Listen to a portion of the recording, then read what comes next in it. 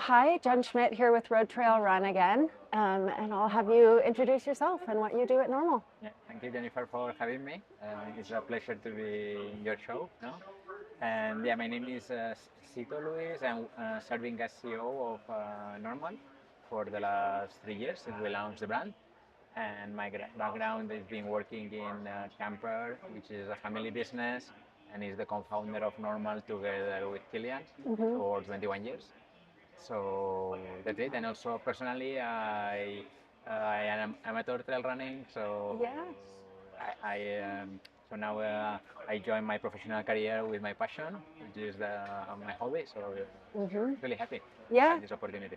And you were saying you just did the ascent at Broken Arrow on Friday wearing this shoe. So maybe you can tell us a little bit about your favorite Nnormal shoe and what made you choose that. Yeah. We only have to choose. So we are a small brand, and we are focusing our energies into products. So we have the Kjerag that we launched 3 years ago with the brand, and just today we are launching the second version of this shoe, which is the Kjerag 2. And yeah, myself was using this shoe in the ascent. It was super tough for me, but a good experience. Yeah. And then during the weekend, Elusine and Joyce, they won 23K. So both winners of the 23K in that And shoe. then Kilian is running the Western with this shoe. So there is high expectations about the show. So I think that really speaks to the versatility of the shoe, that you can wear it. That you can wear it for the ascent and also for a 23K and also for Western States. So talk a little bit about the changes in this shoe and what makes it work for all those different kinds of races. Good. Well, this shoe was developed to be a fast shoe, as you said, very versatile. But it's true that the first version was mainly used by elite or fast runners, as is a shoe that is very low to the ground, that you can feel the ground, and it's very fast. It's for technical terrain. So the feedback we got is that if we could increase a bit the cushioning without losing the stability and the speed, would be a better shoe. No? So I would say the biggest change is this, that we increased 2.5 millimeters. Okay, so that's a big increase in stack height. Yeah, and also we changed the material to more reactive foam, which is a supercritical TP. Okay. And at the same time, we increased the rocker of the shoe. Yeah. So now is, I would say, a faster shoe, and we believe that more people can enjoy this shoe. Yeah, so more stack height, more supercritical foam, TPA, and then a little more rocker, so more reactive, responsive. So I believe that maybe people which is not so lightweight can use it, no? And also for longer distances. I don't know, for instance, myself, for me was I've been always running in this shoe, but I could do 20 or 30 kilometers. Then over marathon, it's a bit. And now with the Kjerag 2, I could do an ultra. No? Yeah. So well, let's see. Then also it's for this kind of runner that likes to feel the ground and go fast. As you know, not all the shoes are good for everybody. So you have to understand yourself, understand the shoe. Yeah. And has the outsole stayed the same here? Looking at the outsole is the outsole for us is working really well. It's Vibram Megagrip Litebase. Okay, so still the Vibram Megagrip. And this is a design we did, and we invest in the molds, and the feedback has been really good for this shoe. I think it's very versatile, works everywhere. Maybe at these lower lower lugs. Yeah. Maybe when it's very muddy, it's not the right shoe. But in the rest of the terrain, even wet rock or fast trails, you can use this. Yeah, I love mine for winter running on the wet trails. Yeah, it's great.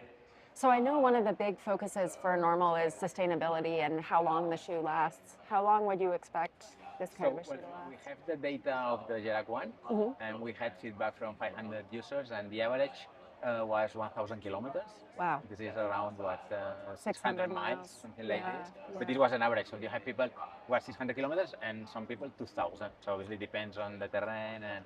And I expect this shoe to last 200 or 300 kilometers more.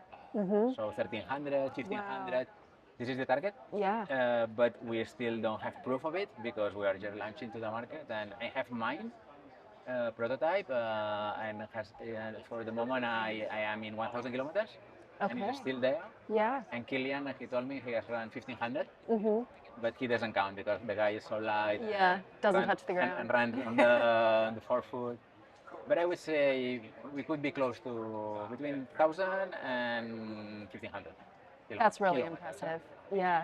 So it launches today, you said. Yeah. And what's the price point on it? Is in euros is 190 euros. Okay. I think in dollars is $195 if I'm Yeah. not wrong. And for 1,000 kilometers, 1,300 kilometers for that, that's pretty good. Well, as you said, for when we think that we have to have a positive impact in sustainability, we said, okay, what can we do? Because then you have to be specific, and we said, okay, let's bet for durability. Yeah. Because if we believe that if this shoe lasts double than another shoe, then the impact on the planet is half. No? So this is the easiest way to to have a positive impact in sustainability. So we bet on durability. Yeah. And maybe you can tell me a little bit about where Nnormal would want to go from here. Like thinking again about sustainability, keeping 2 shoes. Do you ever think you'll do another shoe, or is it more about perfecting kind of what you've got? No, we have this idea of not having a huge collection. So we only have 3 shoes. Next year we will launch the 3rd line. Oh wow! Which Oh, is exciting. more for entry level, more for everybody. The shoes we have now are quite technical. Yeah. So next year we're launching a shoe more for everybody. But the idea is to stay with these 3 lines. I think with 3 lines we can cover most of runners and most of terrains. And the idea is to stick with these 3 franchise lines, we call them, and then keep improving with versions every 2 or 3 years. When we have a big improvement, improve the. And this is our product strategy. Yeah.